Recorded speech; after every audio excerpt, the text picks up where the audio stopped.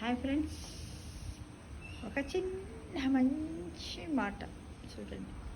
గొడుగు అంటే అంబరెల్లాతో కూడా మనము ఒక ఇన్స్పైర్ వస్తువుగా మనకు పనిచేస్తుంది. అంబరెల్లాతో పోల్చుకున్నట్టయితే ఏంటది? గొడుగు వర్షాన్ని ఆపలేదు, కానీ మనల్ని తడవకుండా రక్షణ ఇవ్వగలదు. అలాగే ఆత్మవిశ్వాసము గెలుపును తెచ్చిపెట్టలేకపోవచ్చు, కానీ ఏదైనా గెలవడానికి అవసరమైనటువంటి శక్తిని, మానసిక ఉల్లాసాన్ని ఇస్తుంది ఫ్రెండ్స్.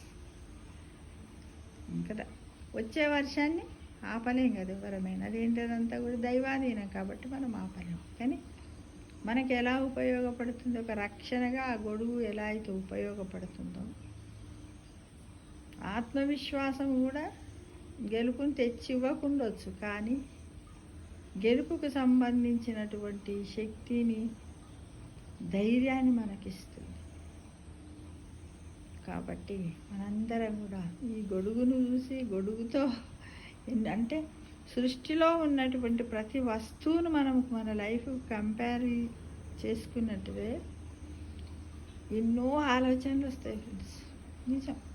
ఎందుకంటే ప్రశాంతంగా కూర్చొని ఒక పెన్ను పేపర్ పట్టుకున్నట్టయితే అసలు ఏదో అవసరం లేదు. మనం ఏదన్నా విషయం చెప్పడానికి, మంచి మాటలు చెప్పడానికి మనమే రాయొచ్చు. ఎందుకంటే అలానే చాలామంది మన పెద్దలు అలానే రాసి మనకి ఎన్నో సుభాషితాలను, సూక్తులను మనకు అందజేశారు. వాటిని కూడా మనం ఇప్పుడు నేటి కాలంలో ఇంప్లిమెంట్ చేయలేకపోతున్నామంటే ఎంత అది చూడండి. చాలా వేల కొటేషన్స్ ఉన్నాయి. అందులో కొన్ని మాత్రమే నేను చదువుతూ సేకరిస్తూ మీ ముందు వీడియో రూపంలో ఉంచుతున్నాను. కాబట్టి మళ్ళీ ఒకసారి చెప్తాను.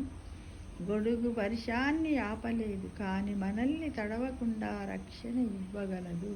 అలాగే ఆత్మవిశ్వాసము గెలుపును తెచ్చిపెట్టలేకపోవచ్చు, కానీ ఏదైనా గెలవడానికి అవసరమైన శక్తిని మాత్రం మనకు ఇస్తుంది అనే నమ్మకాన్ని మనం అందరం నమ్మాలి ఫ్రెండ్స్. అందరం అలా ఆత్మస్థైర్యంతో ఉండి ముందుకు పోదామని ఆశిస్తాం.